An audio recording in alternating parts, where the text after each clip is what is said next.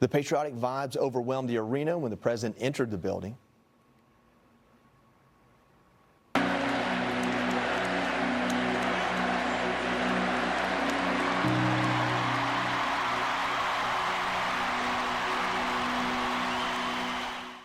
And here's a look at how everyone honored Charlie tonight.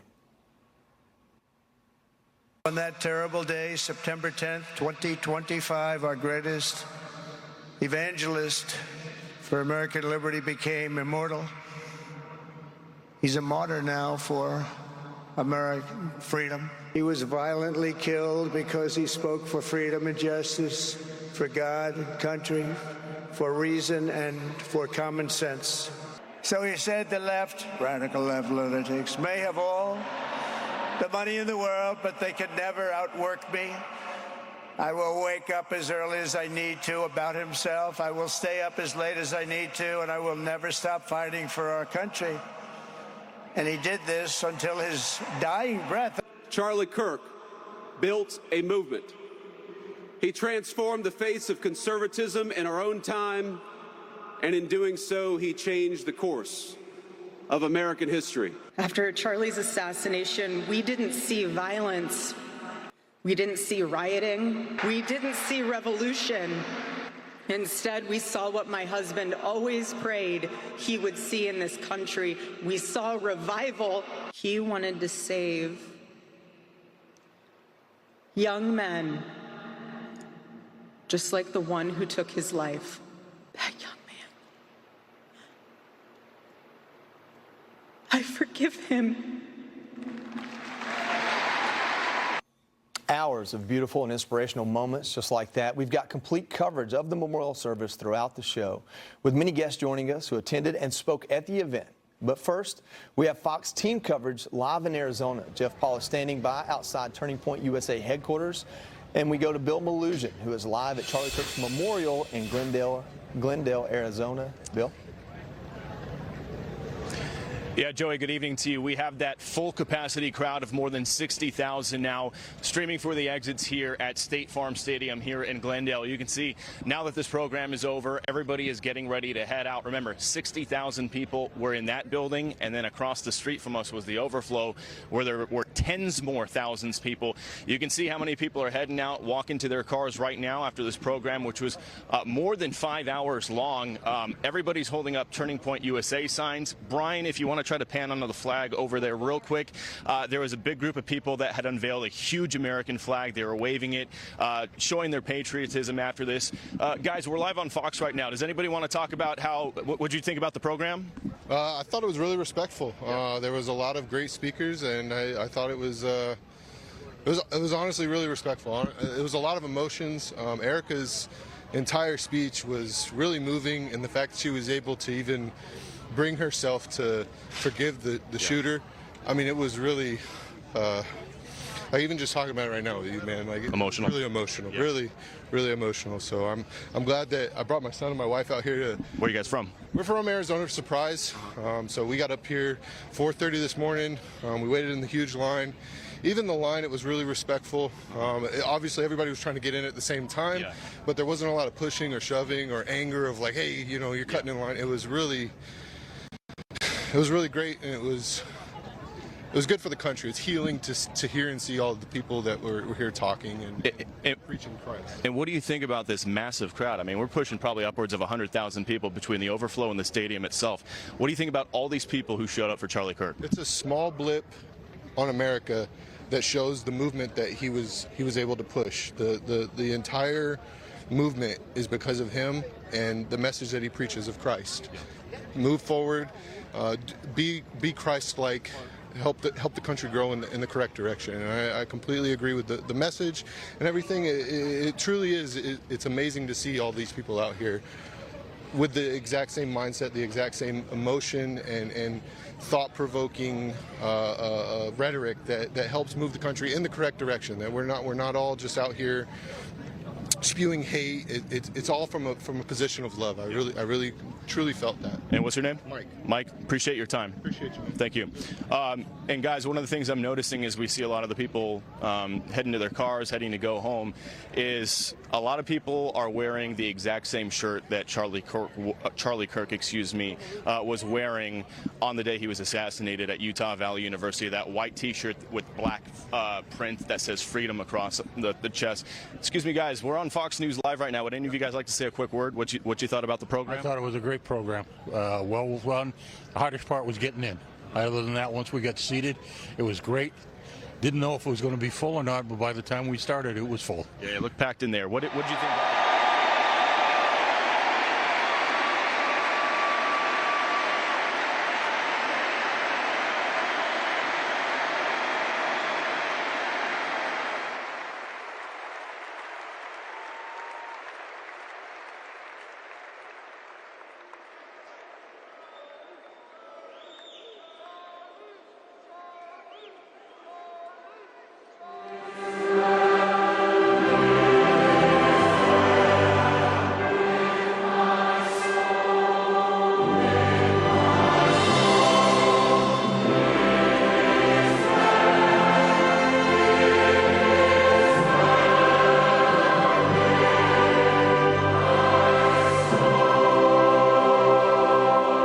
Please welcome to the stage the 45th and 47th President of the United States, Donald J. Trump.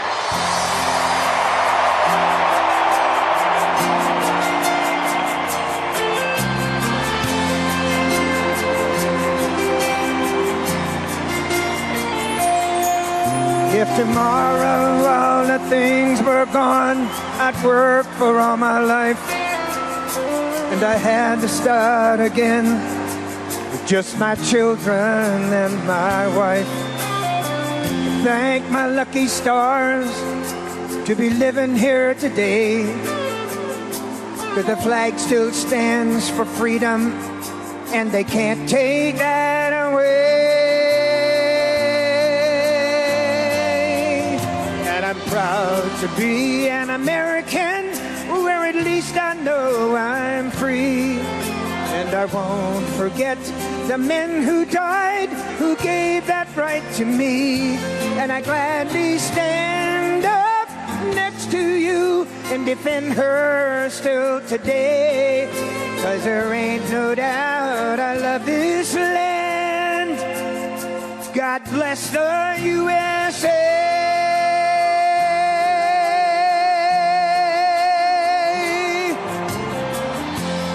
America, for Charlie Kirk.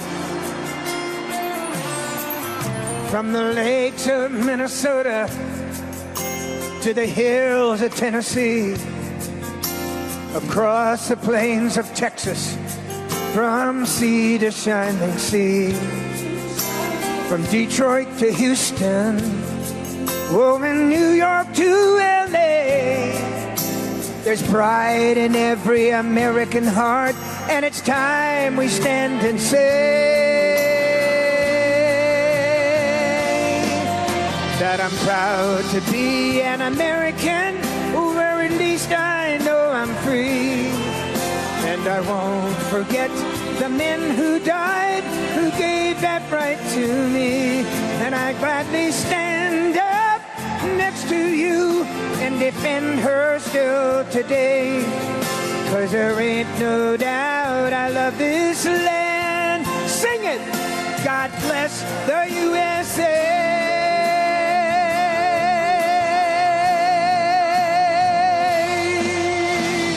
And I'm proud to be an American, where at least I know I'm free. And I won't forget the men who died, who gave that right to me. And I gladly stand up next to you and defend her still today. 'Cause there ain't no doubt I love this land. God bless the USA.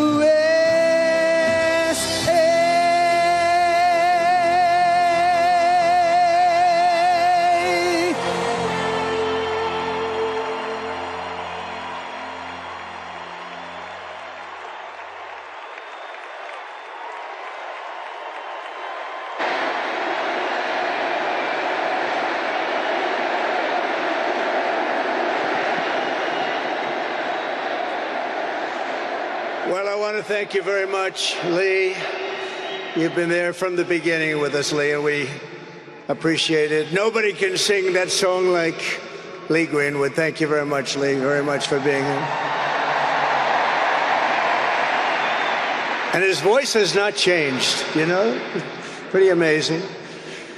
And a special thank you to Erica, because today, America is a nation in grief, a nation in shock, and a nation in mourning. Less than 2 weeks ago, our country was robbed of one of the brightest lights of our times, a giant of his generation, and above all, a devoted husband, father, son, Christian, and patriot. Charles James Kirk was heinously murdered by a radicalized, cold-blooded monster for speaking the truth that was in his heart. He was violently killed because he spoke for freedom and justice, for God and country, for reason and for common sense. He was assassinated because he lived bravely, he led boldly, and he argued brilliantly without apology. He did what was right for our nation. And so on that terrible day, September 10th, 2025, our greatest evangelist for American liberty became immortal. He's a martyr now for American freedom. I know I speak for everyone here today when I say that none of us will ever forget Charlie Kirk, and neither now will history.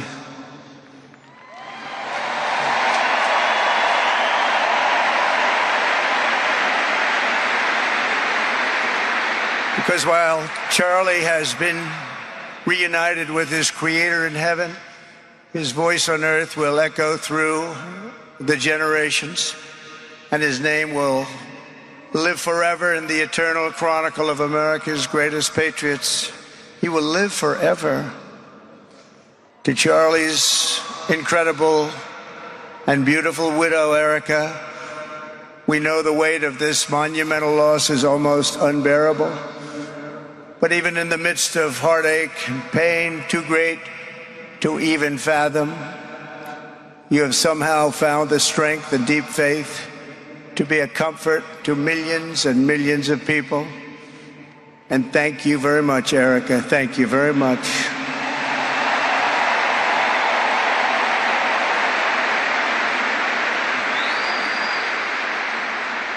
Today, an entire nation wraps its loving arms around you and beautiful children. We share in your immense and overwhelming sorrow, and we vow that we will do everything we can to ensure that your children grow up in a land where their father is honored and revered as a great American hero. That's what he is.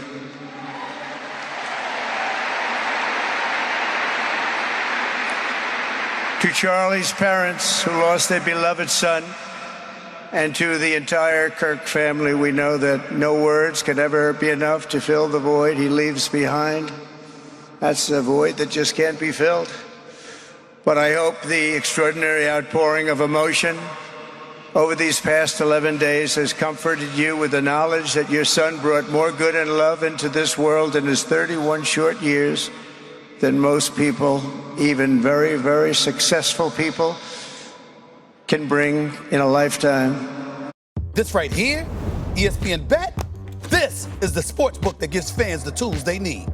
Better insight.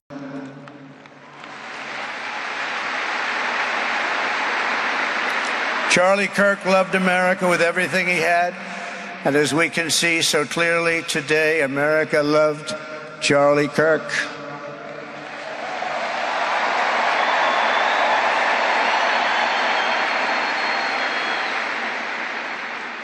And he could always draw a big crowd. Look at this today. Look at what's gone on.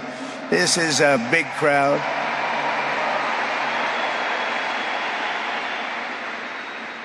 Here today we have the Vice President of the United States, J.D. Vance. We have the Speaker of the U.S. House of Representatives, Mike Johnson. We have countless members of the United States Senate, and I'm sorry I'm not going to introduce you, but I'll be up here. They're all over the place. And likewise, the House of Representatives, they're all over this big stadium. This is not an arena, this is a stadium. Our great cabinet and this stadium packed with rafters of people, not to mention the one across the street that also has tens of thousands of people, and they're watching us on screen right now.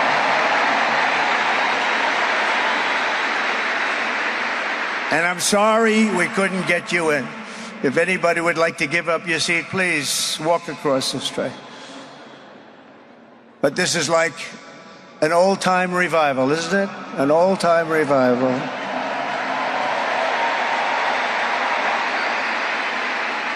For millions of Americans, especially young people, it is agonizing and unthinkable to say goodbye to a patriot whose heart still had so much to give. It's so much.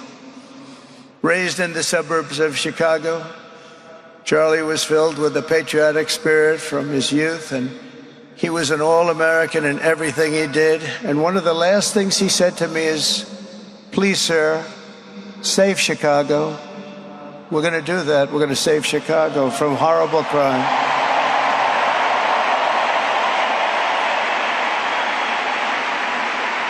In high school, he was the quarterback of the football team and the captain of the basketball team. He was a good athlete. A lot of people don't know that about Charlie.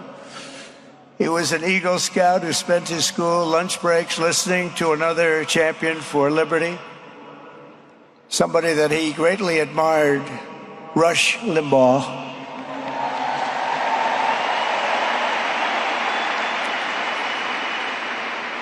But what was even more important to Charlie than politics and service was the choice he made in the 5th grade, which he called the most important decision of his life, to become a Christian and a follower of his Savior, Jesus Christ.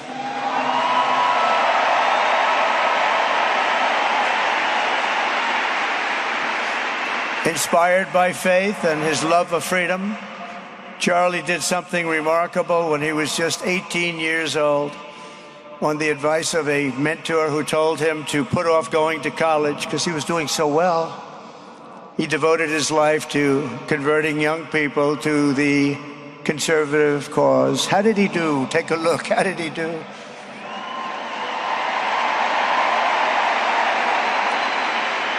In 2012, 2 days after graduating high school, and with just $1,800 in his pocket, the young man from Illinois, who no one had ever heard of, started an organization whose grand ambitions were captured in its name, Turning Point USA. Great name.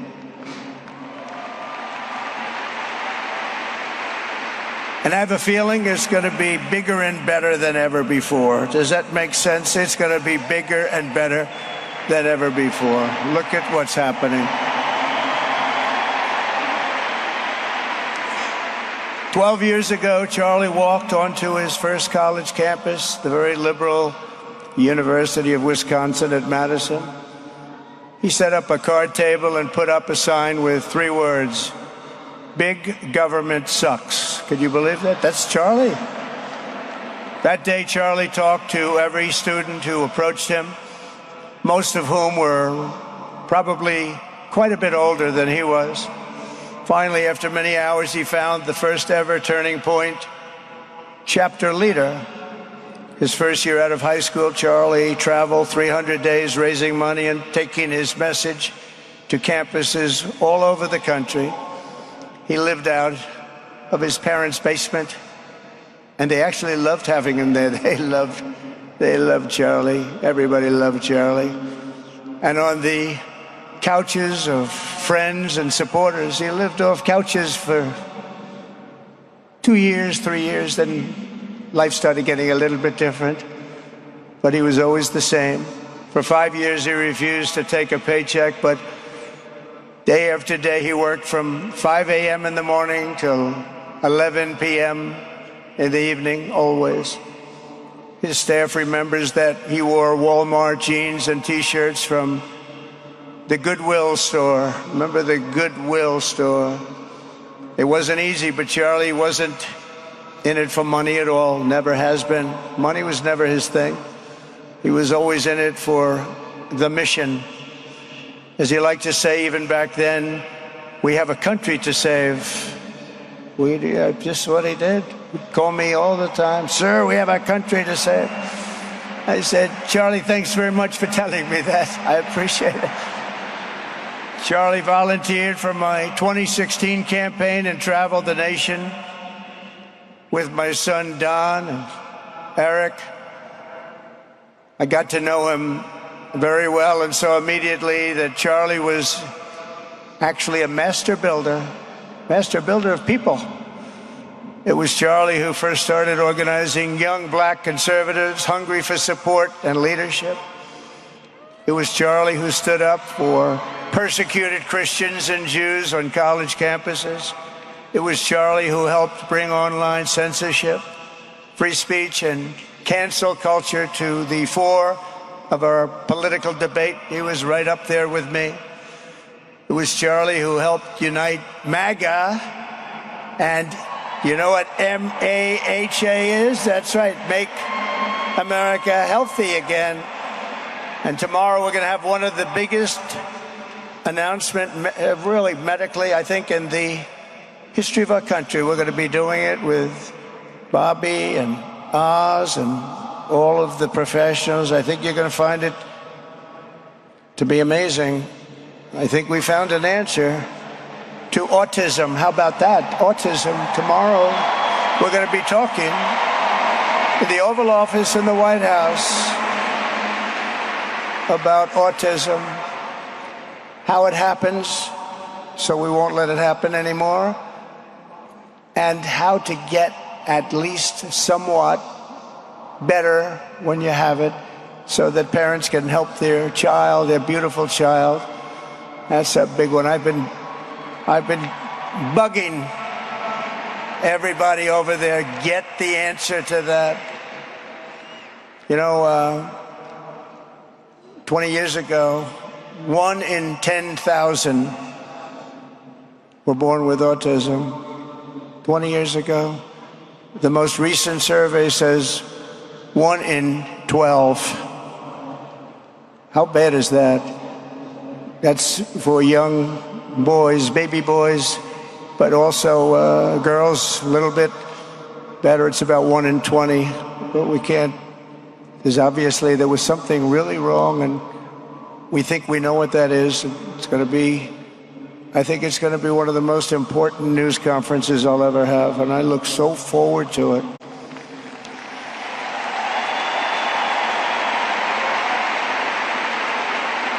And you know who else looked forward to it? Because he knew. I'd tell him a little bit about what was going on. Was Charlie. He would have been front row center, believe me.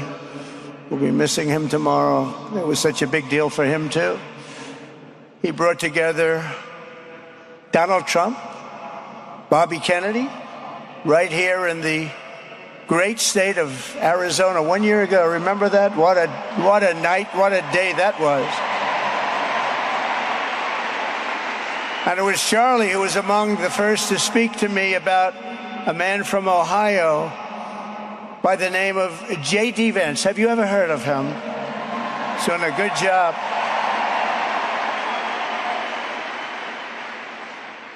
But Charlie would often call me, sometimes the night before a big event, the other side of the country. And he'd ask me, he'd say, do you think you could come and speak at the event? The following day, right? I'd say, Charlie, I'm the president of the United States.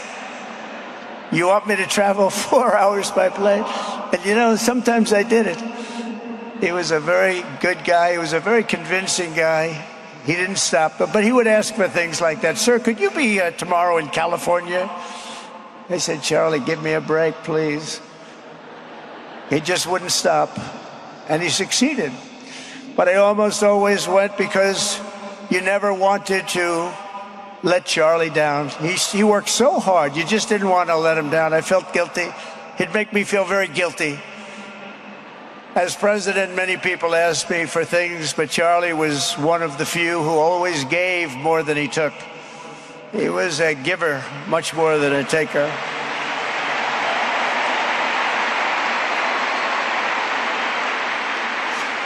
And no matter how big Charlie became, no one was too small for him to notice. He was good to everybody. Didn't matter. Several years ago, a fourth grader asked Charlie to appear on his podcast, which was probably only watched by the parents of that fourth grader. And Charlie, who was actually pretty hot at the time, to be honest, he agreed, and the boy asked for advice. Charlie replied, the left. I call it the radical left. I call it sometimes the radical left lunatics. But Charlie didn't say that. He called it the left. He was probably right, but I can't help it. I can't help it. So he said the left, radical left lunatics, may have all the money in the world, but they could never outwork me.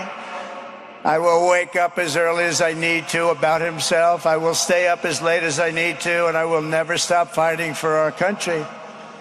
And he did this until his dying breath. That's what he was doing. That's what he was doing. Think of it.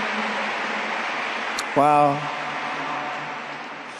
What a horrible moment. I was in the Oval Office when I heard they came in, and it was like a surreal experience, a terrible, terrible. I had some very big people in the Oval Office, and I was in the midst of a very important conversation for our country. Big people, the biggest. And I said, you have to leave now. When they told me that, they told me in front of a group of very powerful people. I said, you have to leave now, right now, please. Right now. You have to leave, go. By his own determination and skill, Charlie Kirk built Turning Point from his humble beginnings, the beginnings that nobody believed could ever end up something like this, into a great movement and a juggernaut of American politics. And, you know, we have a massive stadium loaded up with people, but he got tremendous crowds before he had this kind of horrible news and before we had to hear what happened so terribly.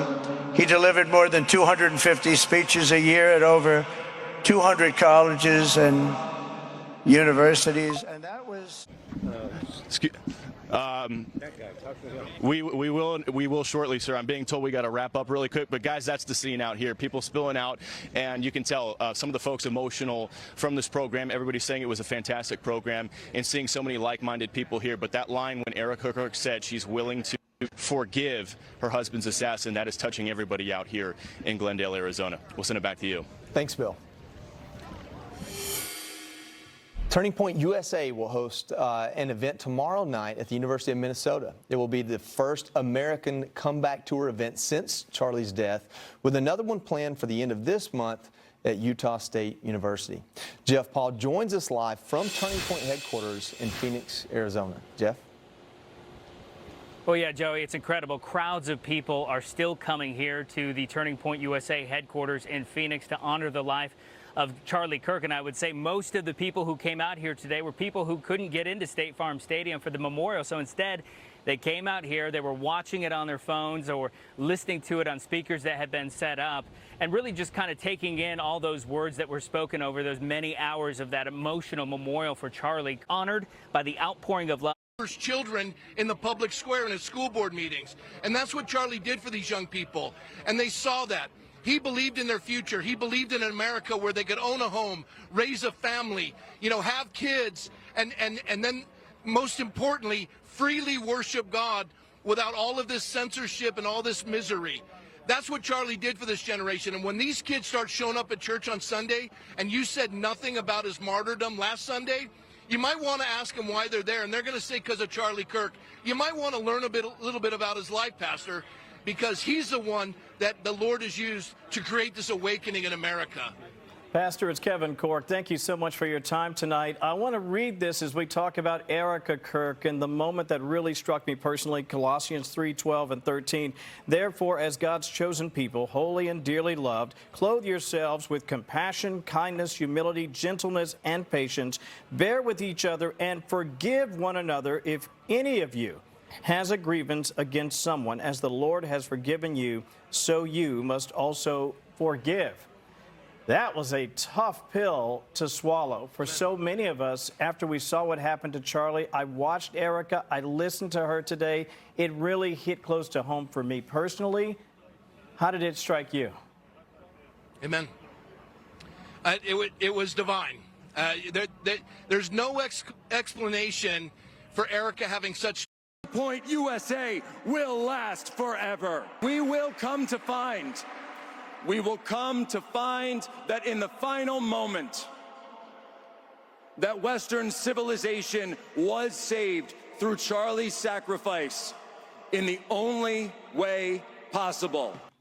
That was Charlie Kirk's friend, Jack Posobiec, promising to continue his legacy during an amazing and fiery speech during the memorial today. Erica Kirk now taking the reins over at Turning Point USA, and she's vowing to continue her husband's legacy. I promise you today, every part of our work will become greater.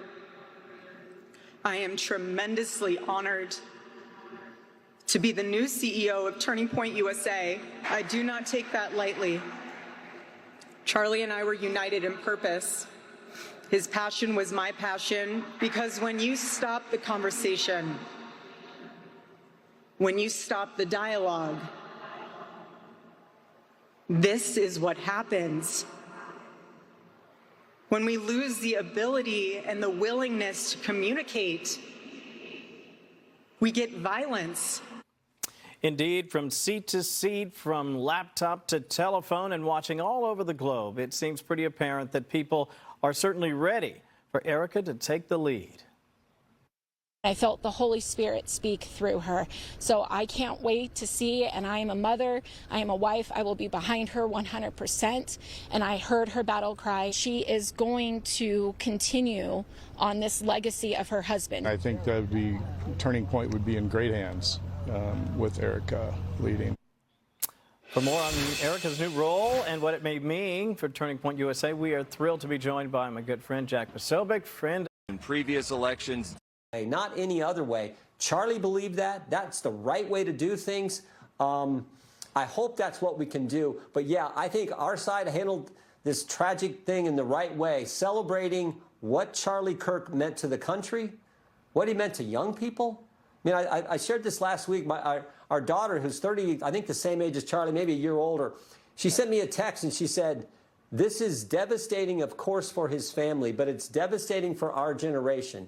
He was our Limbaugh." And I thought, that is so true. I'm an old guy. I grew up with Limbaugh, but the younger conservatives grew up with Charlie Kirk, and he made a difference. I will never forget. I'm in Chicago raising money. This is like 10 or 12 years ago. Raising money from a guy, a Republican donor. We're talking, and he says, "You know, there's this new guy named Charlie Kirk. He's starting this organization. I think I'm going to help him out. I'm going to put some money into that organization. I think he's going to make a difference." At a time when it was not really vogue to go to colleges and universities if you were a conservative, it really took great courage. And we used to talk, and I said, "You know, I think they're much more conservative than we know," and he agreed, but it just wasn't something that was happening because the radical left would do very bad things, very dangerous things.